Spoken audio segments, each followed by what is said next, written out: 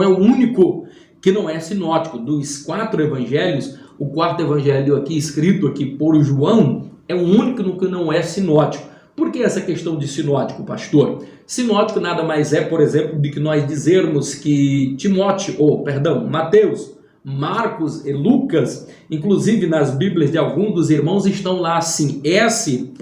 Mateus, S. Marcos, S. Lucas, S. João. Então é importante dizer, porque muitas pessoas olham e dizem aqui, olha, vamos abrir em São Marcos, São Lucas, porque entende que aquele S. é de São. Não é, irmãos. Até porque, depois da reforma, nós não acreditamos mais nessa questão de santos. Pelo menos não da forma como a Igreja Católica prega, para nós o adorarmos, reverenciarmos. Todos nós somos santos e eleitos de Deus. Não para sermos venerados nem adorados. Mas percebam que o que está falando aqui, esse S. não é de São João, não é de São Mateus, não é de São Marcos, nem de São Lucas. Ele está apenas dizendo Evangelho de Jesus. Porque o evangelho não é de João, o evangelho não é de Marcos, não é de Mateus, tampouco é de Lucas. Então o evangelho de Jesus segundo escreveu Mateus. Então esse S aí não é de São, e está querendo dizer assim, segundo. Então todas as vezes que você vê lá S. não está dizendo aquilo ali que é São João, está dizendo evangelho de Jesus segundo. O S está referindo ali a essa expressão, evangelho de Jesus segundo escreveu o evangelista Mateus. Esse aqui, por exemplo, o 4º evangelho. Então, o evangelho de Jesus, segundo escreveu o evangelista, o apóstolo amado, a saber, o João. Então, o dele é o único que não é sinótico aqui. Por que não é sinótico? É porque os outros vão narrar histórias. Cada um vai narrar. Evidentemente que Mateus ele vai citar mais parábola. Evidentemente que Marcos ele vai citar menos parábolas. Nós vamos observar, por exemplo, que Lucas cita um menor número de parábolas do que o outro ali também, do que Mateus, por exemplo, mas são os mesmos casos, as mesmas visões que eles tiveram, ou o mesmo acontecimento que aconteceu, então é registrado no ponto de vista de Marcos, no ponto de vista de João e no ponto de vista de Mateus. Agora, a preocupação aqui, na verdade, de João no 4º evangelho, e por isso que ele não é sinótico, quer dizer, não é semelhante aos outros 3, porque ele traz uma visão diferenciada. Ele não fala, por exemplo, de nenhuma parábola. Ele vai falar, por exemplo, agora de 7 grandes milagres.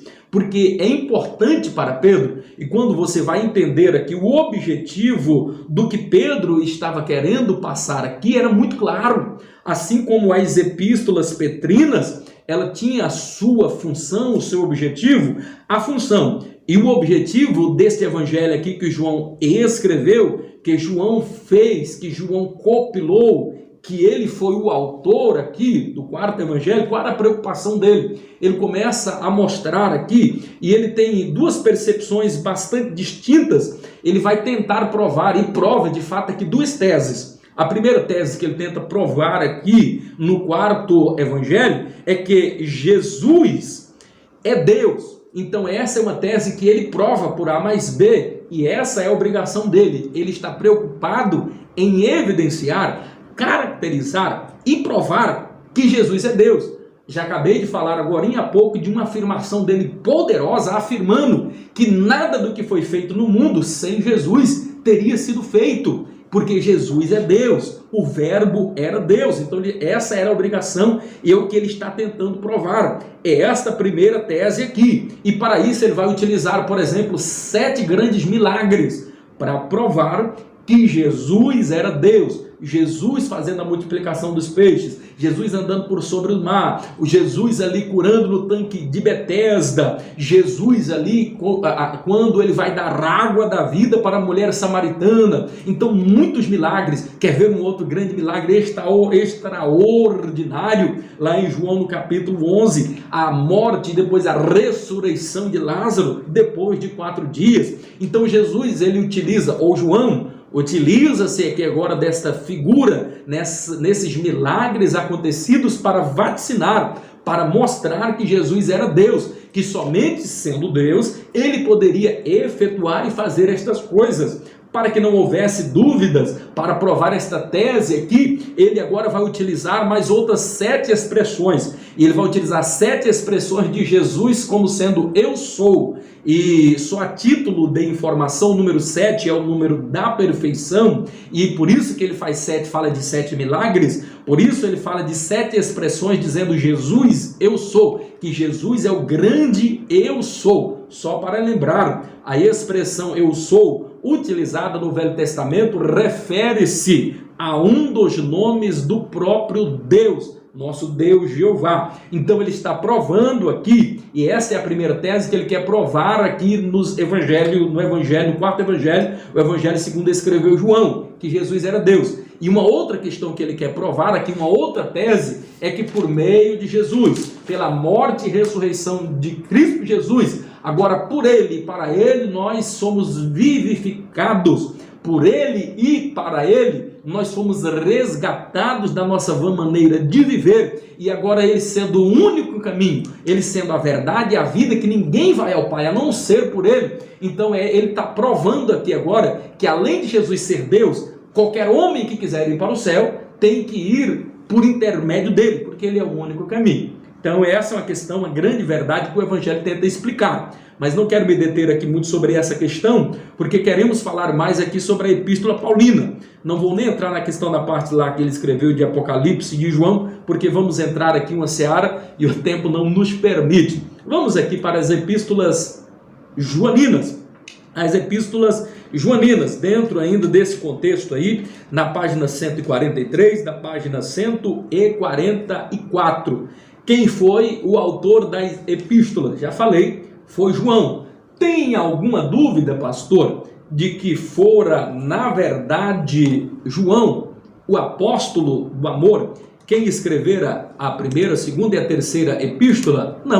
Não existe uma análise ainda que hipotética de alguém querer arrogar-se para si o direito de autoria para estas 3 epístolas, senão João.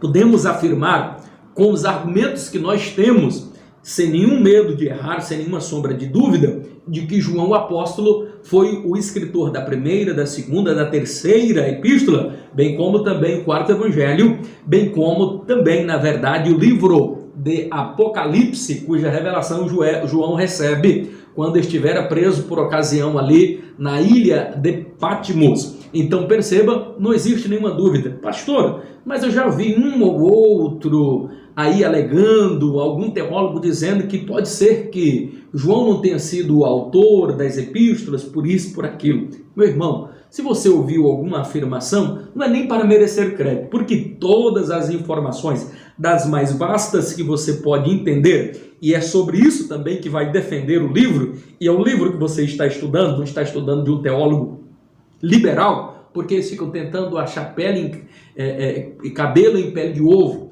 Então, assim, algumas coisas que não tem nenhuma razão de ser, porque se não vejamos, a data da epístola nós já sabemos quando ela foi escrita, e é o que vai estar falando aqui na página 144, 1.3, a data das epístolas. Ora, ela não pode ter sido escrita antes de 85 e não pode ter sido escrita muito depois, aqui, por exemplo, do ano 90 depois de Cristo. Vamos analisar e falar alguma coisa com relação a isso. Mas estamos falando aqui da autoria. Então, como é que eu posso ter certeza? As fontes que nós temos, por exemplo, a tradição patrística, todas as afirmações ali contidas vai referendar isso. Os pais da igreja, e é muito importante você entender isso, os pais da igreja, desde os seus primórdios, sempre defenderam que apóstolo João, o apóstolo do amor, o apóstolo a quem Jesus amava, fora ele de fato o autor desta estimada epístola, ou dessas 3 estimadas epístolas.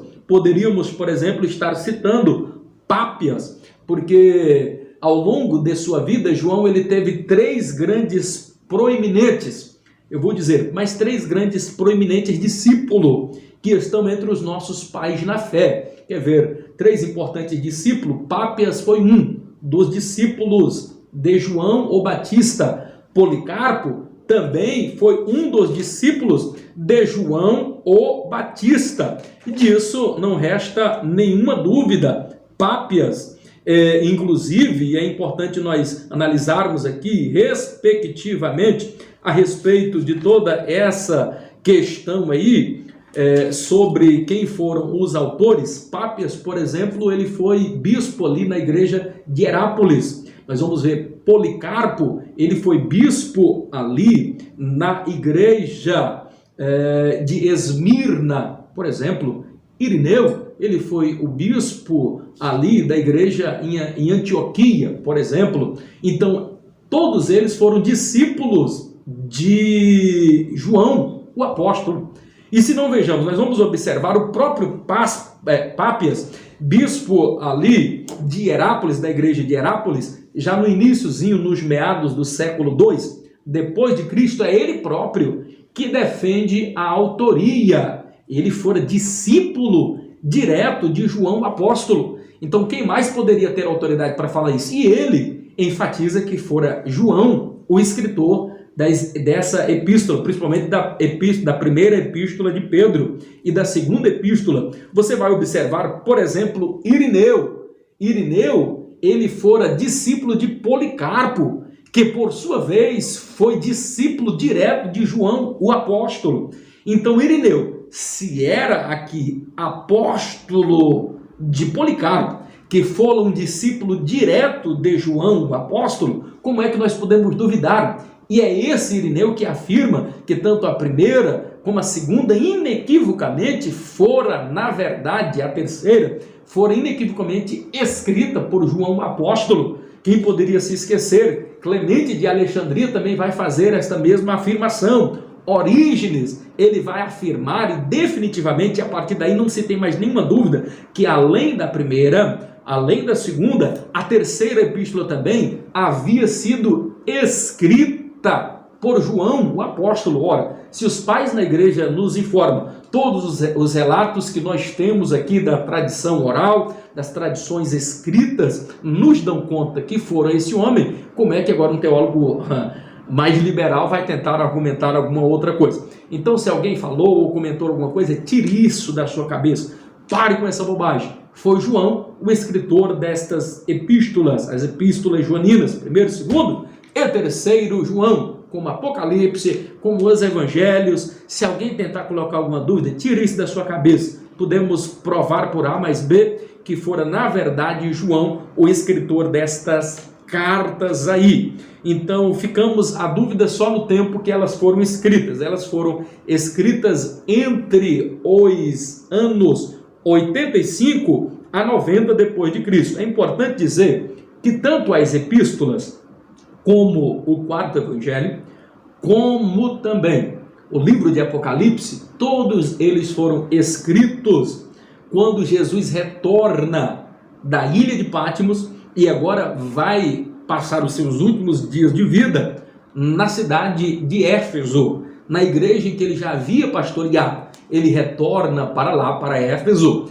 e por lá ele passa boa parte da sua vida. Percebam que João, o apóstolo, e isso a tradição vai nos dar conta a respeito desta grande verdade, que essa tradição vai nos informar, por exemplo, que Domiciano, ele foi o responsável, ele admitiu, foi ele que sentenciou João a ser martirizado dentro de um tacho fervente com azeite quente, pegando fogo ali, nenhum ser humano conseguiria sobreviver a uma atrocidade tão grande.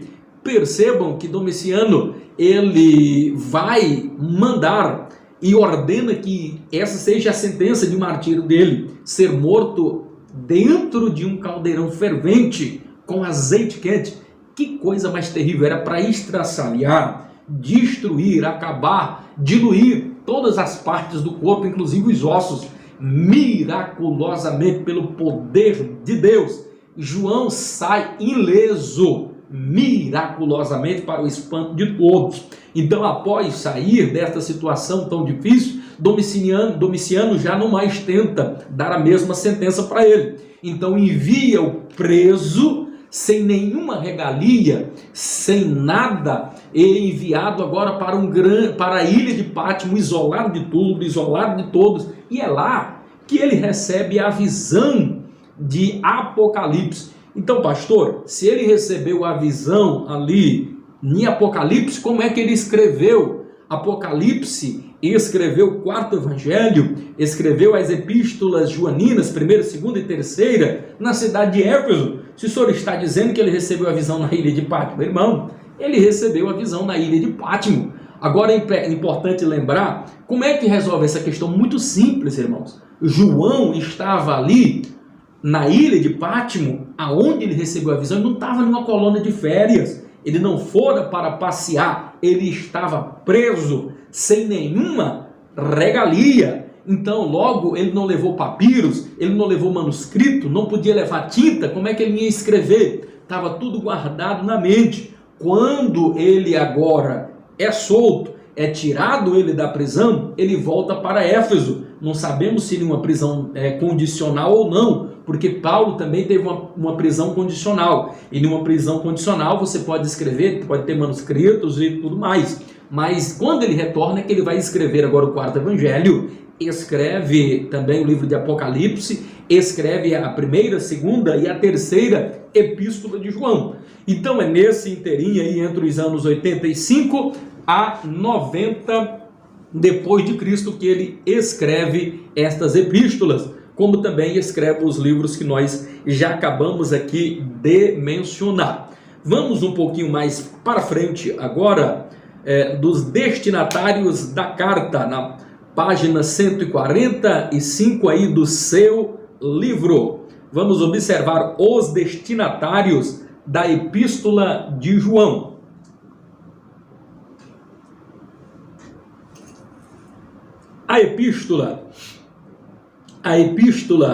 A primeira epístola de João, ela fora destinada a um público que é universal, porque ali não se menciona quais são as pessoas a quem não consegue se vislumbrar como sendo uma única pessoa. Por isso que a primeira epístola, ela é tida como sendo uma epístola universal. Não existe uma pessoa específica a quem está sendo direcionada a primeira epístola. Por isso também ela é universal, que ela serve para todos nós. A segunda epístola, e é importante nós entendermos, e sempre quando a gente vai estudar teologia, é importante nós respondermos essas questões sobre o livro. Quem escreveu? Para quem escreveu? Por que escreveu?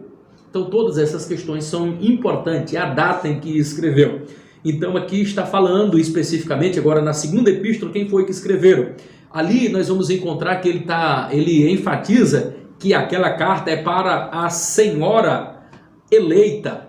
Então alguém disse assim, quem é essa senhora eleita? Porque essa senhora eleita aqui é uma grande incógnita. Ninguém consegue precisar com grande certeza. Mas é muito provavelmente que ele estava se referindo, essa senhora eleita, como sendo a igreja eleita. Muito provavelmente uma igreja das quais, ou de uma circunvizinhança ali mesmo da região da Ásia Menor. Então essa senhora eleita é provável que esteja referindo a uma igreja dali. E por conseguinte ela também se auto-aplica a todos nós. Então é uma epístola universal também. A terceira epístola de João, nós vamos observar que ele endereça uma pessoa. Quem é essa pessoa? Gaio. Gaio também era um líder de uma igreja ali também da região da Ásia Menor. E levando-se para Gaio, ele também leva para toda a igreja, ou seja, então abrange a todos nós. Por isso ela é uma epístola universal. Quando nós lemos, e é importante nós enfatizar, meu Deus, e a gente aqui não tem tempo para conjecturar, eu percebo que já estamos chegando ao final aqui também da nossa aula, mas eu gostaria apenas de enfatizar, aqui não vai dar tempo para a gente falar muita coisa, da primeira, segunda e da terceira epístola de João. Um dos objetivos que precisa ficar marcado e caracterizado na sua mente, um dos objetivos aqui da primeira, segunda e terceira carta, ou terceira epístola de João, ela quer demonstrar, ela quer provar. João quer provar aquilo que ele já começou a provar, por exemplo, lá no quarto evangelho. Provar de uma vez por todas, não mais que Jesus é Deus, porque ele é Deus, mas ele está querendo agora provar para os gnósticos que Jesus era responsável, ele era o único autor da nossa salvação, que Cristo era superior, que Cristo tinha supremacia a todos os outros deuses, porque o que estava vendo ali, a mensagem, então, ele estava querendo demonstrar, porque existia neste tempo aqui o gnosticismo que vinha crescendo de uma forma assustadora, e o gnosticismo, ainda que não negando a Cristo,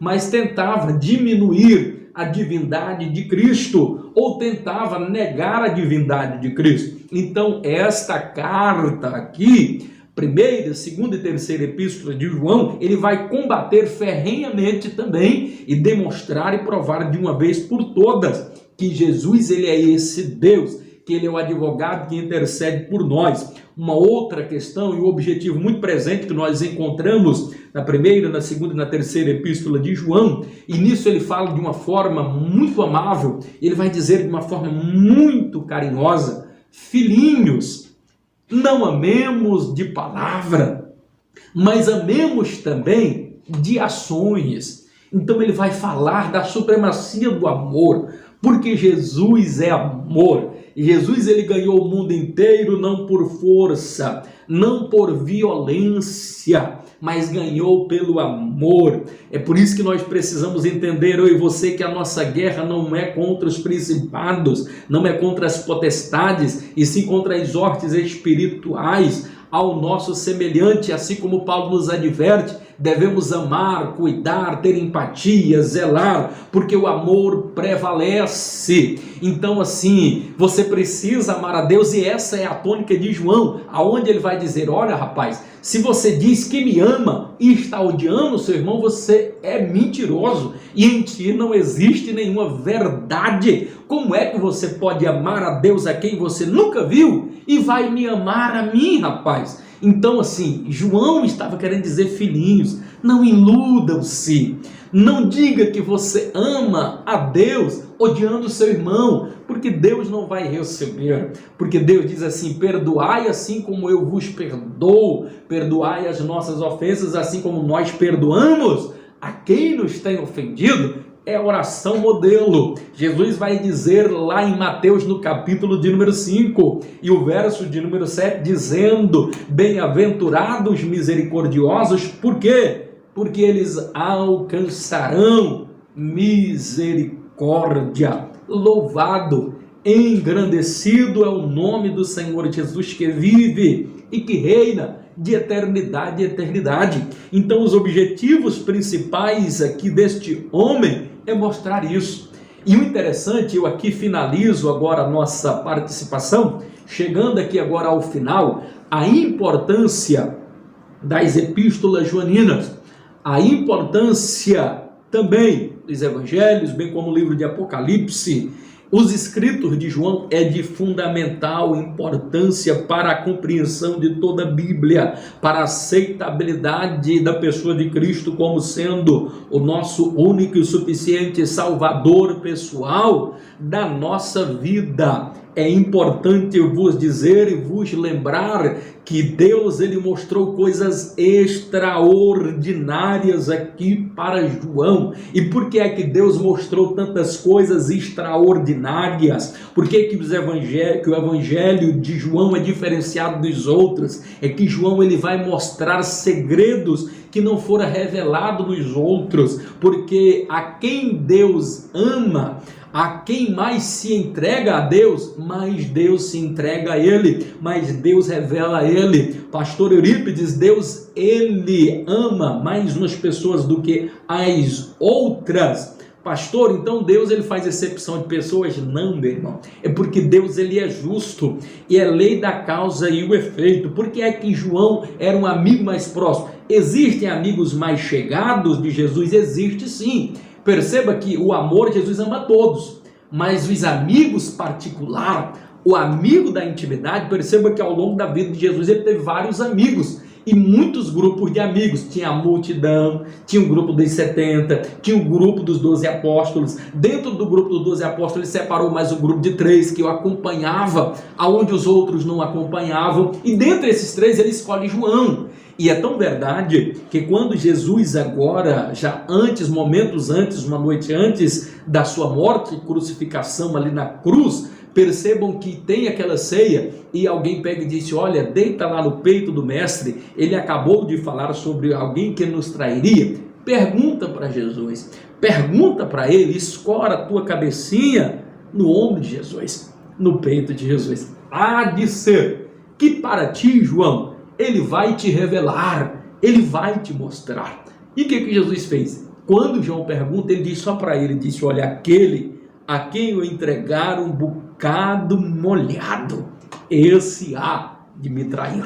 Logo após ele ter dito isso, Judas Iscariotes, o que traíra, coloca ali o pão e faz o que Jesus havia acabado de falar.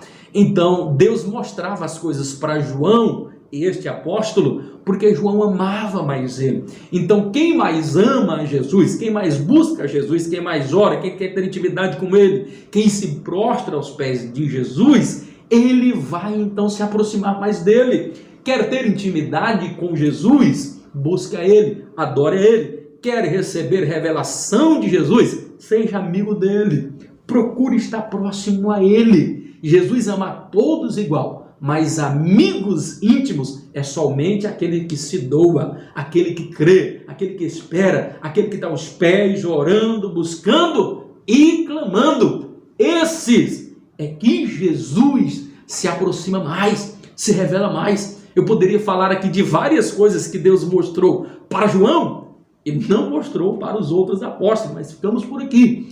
Só para lembrar aqui, quando, por ocasião da morte e assunção de Cristo Jesus, quando Jesus já é assunto, já ressurreto, ele retorna agora na praia, e é no último capítulo ali de João, nós vamos observar algo interessante. É que estava ali João, Pedro, estava Tiago, estavam os apóstolos, voltou à pescaria, voltou ao ramo da pescaria, e eles estavam pescando, e durante toda a noite, eles não conseguiram pescar nada. Jesus chega na praia, e quando chega na praia, observa agora ao longe e vê que os apóstolos estão ali na margem, jogando, lançando a rede, e nada pescam. O interessante é que Jesus disse assim: olha, lançai agora nesse determinado lugar.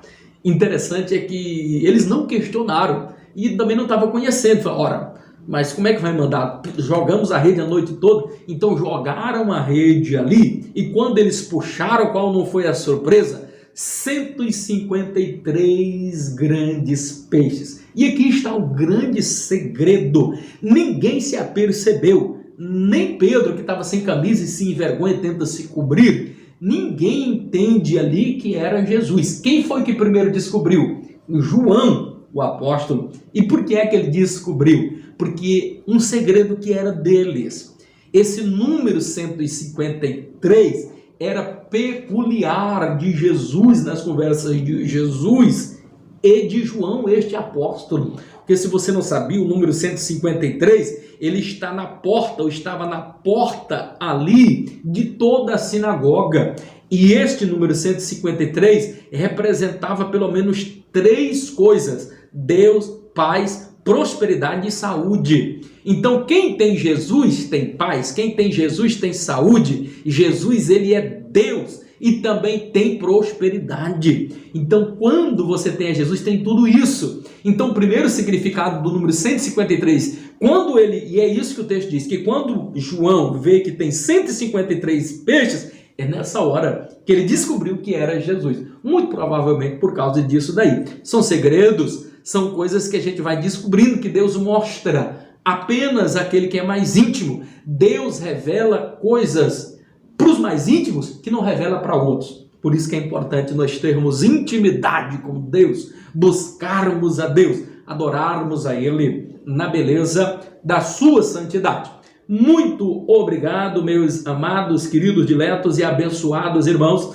Estamos chegando ao final da nossa aula, ao final do nosso módulo Hebreus e Epístolas Gerais. Grande abraço a todos vocês.